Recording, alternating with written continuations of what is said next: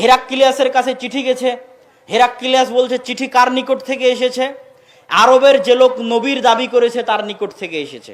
আশেপাশে কোনো আরব ব্যবসায়ী আছে? তো বলে আছে, আবু সুফিয়ান।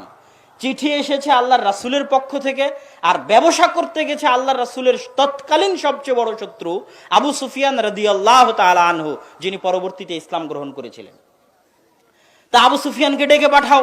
ডেকে পাঠালেন। বাদশাহ জিজ্ঞেস করতে লাগলো, এই আচ্ছা শোনো, মুহাম্মাদের ইতিপূর্বে কেউ কি নবুয়তের দাবি করেছিল তোমাদের কেউ? বলে না। যদি কেউ নবুয়তের দাবি করে থাকতো তাহলে আমি মনে করতাম যে ওর দেখা দেখি মুহাম্মদ করছে। একজনে দেখা দেখি আরেকজন কাজ করে না? আচ্ছা, মুহাম্মাদের বংশে সাল্লাল্লাহু আলাইহি ওয়াসাল্লাম ইতিপূর্বে কি কেউ রাজা ছিল? তো বলে না, কেউ রাজা বাদশাহ ছিল না। যদি তাই হয়, তাহলে যদি থাকতো রাজা বাদশাহ, তাহলে আমি মনে করতাম নিজের বাপ দাদার হারানো রাজত্ব ফিরে পাওয়ার জন্য ঢং করে নবুয়তের দাবি করতেছে। নাউজুবিল্লাহ। তো যেহেতু কেউ রাজা বাদশাহ ছিল না, তাহলে তো এটাও হওয়ার কথা নয়। এভাবে একের পর এক বাদশাহ হিরাক্লিয়াস আবু সুফিয়ানকে জিজ্ঞেস করছে, আচ্ছা, নবুয়তের পূর্বে কি কোনোদিন মিথ্যা কথা বলেছে মুহাম্মদ সাল্লাল্লাহু আলাইহি ওয়াসাল্লাম? তো বলে না। এখানে আবার একটা মজার জিনিস দেখেন, আবু সুফিয়ান রাদিয়াল্লাহু তাআলা আনহু তখন কাফের, আল্লাহ রাসূলের সবচেয়ে বড় শত্রু। আবু জাহালের পরে প্রত্যেকটা যুদ্ধে কমান্ডার ছিল, চিফ অফ কমান্ডার, প্রধান সেনাপতি আল্লাহ রাসূলের বিরুদ্ধে যুদ্ধের ক্ষেত্রে আবু জাহালের পরে। শত্রুর বিষয়ে জিজ্ঞেস করা হচ্ছে, কিন্তু একটা মিথ্যা কথা আবু সুফিয়ান রাদিয়াল্লাহু তাআলা আনহু বলেননি। শত্রু হওয়ার পরও তৎকালীন আরব কাফেরের নিকটে মিথ্যা এত জঘন্য, এত ভয়াবহ, এত ভয়ঙ্কর, এত ন্যাক্কার অপরাধ ছিল যে শত্রুর ক্ষেত্রেও তারা মিথ্যা বলতো না। আর আজকে আমরা বাঙালিরা কত নিচে নেমে গেছে। মিথ্যা হচ্ছে সবচেয়ে সহজ বস্তু বাংলাদেশে। যত রাজনৈতিক দল, নেতা, ভোট, চুরি চামারি, ব্যবসা বাণিজ্য, প্রত্যেকটা পদক্ষেপে 24 ঘন্টা মিথ্যা। তাহলে আমরা তৎকালীন কাফেরদের চাইতেও নিকৃষ্ট। তারা মিথ্যা বলার সাহস করেনি। হিরাক্লিয়াস জিজ্ঞেস করছে আবু সুফিয়ানকে। কথা জিজ্ঞেস করতে করতে করতে করতে যখন সব কথা জিজ্ঞেস করা হয়ে গেল, আমি আসল কথায় চলে আসতেছি, যেটা বলার জন্য এটা বলা। তখন হিরাক্লিয়াস বলছে, শোনো, তুমি যা যা বললে তা যদি সত্য হয়, জেনে রাখো, তুমি যা যা বললে তা যদি সত্য হয়, তাহলে জেনে রাখো তিনি সত্য নবী। আর আমার পায়ের নিচে যে মাটি আছে, এই মাটির উপরও একদিন তিনি ক্ষমতা বসাবেন, এই মাটিও তার অধীনে চলে যাবে।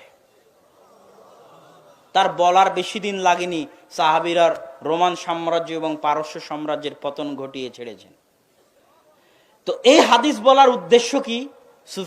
হিরাক্লিয়াস কিন্তু বলেনি যে আশহাদু আল্লা ইলাহা ইল্লাল্লাহ ওয়া আশহাদু আন্না মুহাম্মাদান আবদুহু ওয়া রাসূলুহু, আমি সাক্ষ্য দিচ্ছি আল্লাহ ব্যতীত কোনো মাবুদ নেই, মুহাম্মদ আল্লাহর রাসূল ও তার বান্দা। চলো এবার সালাত আদায় করি, চলো সিয়াম পালন করি। কথা বুঝতে পারেননি? হিরাক্লিয়াস অন্তর দিয়ে 100তে 100 জানতো যে মুহাম্মদ আল্লাহর নবী। তাহলে কি সে মুসলমান? তাহলে শুধু অন্তরে থাকলেই হবে, না কাজে বাস্তবায়ন লাগবে? সবাই একমত যে হিরাক্লিয়াস কাফের। হিরাক্লিয়াস ঈমান আনয়ন করেনি, প্রকাশ্যে ঘোষণা দেয়নি, রাজত্ব হারানোর ভয়ে চেষ্টা করেছিল ঘোষণা দেওয়ার। যখন দেখলো যে রাজত্ব হারিয়ে যাবে, মানুষ মেরে ফেলে দিবে, তখন আর ঘোষণা দেয়নি। ওভাবেই মারা গেছে। আবু তালেব কি জানতো না চাচা হওয়ার পরে যে আল্লাহ রাসূল সবচেয়ে বেশি কে চিনতো আল্লাহ রাসূলকে? তার চাচাই চিনতো। কিন্তু তিনি কি ঘোষণা দিয়েছিলেন আশহাদু আল্লা ইলাহা ইল্লাল্লাহ মুহাম্মাদুর রাসূলুল্লাহ? দেননি। কিন্তু অন্তর দিয়ে কিন্তু অবশ্যই জানতেন যে আমার ভাতিজা নবী। কথা বুঝতে পেরেছেন?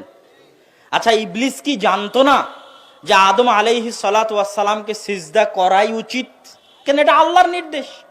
আমরা যতটা না আল্লাহকে চিনি, তার চেয়ে বেশি ইবলিস চিনে, এতে কোনো সন্দেহের অবকাশ নাই।